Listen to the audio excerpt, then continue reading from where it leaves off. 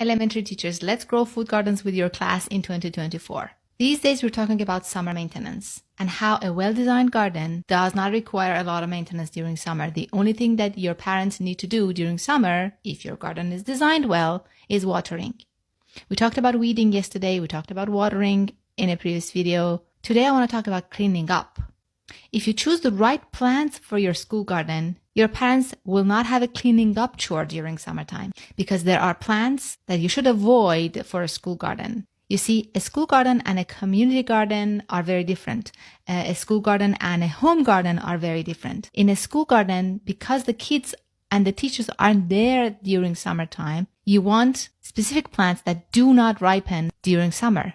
Because not only there's no point in them ripening up during summer when the kids aren't there to enjoy it, but some of them can create a huge mess. Like, for example, cherry tomatoes are one of those plants. Even though I do recommend planting tomatoes for your school garden, as long as it's not just tomatoes, but I do not recommend cherry tomatoes because cherry tomatoes, even though they're wonderful for home gardens and community gardens, they're horrible for school gardens because they keep ripening during summertime, falling if they're not harvested, rotting and creating a mess, and attracting rodents.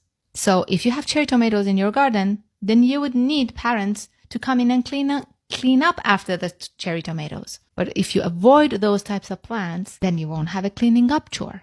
It's as simple as that.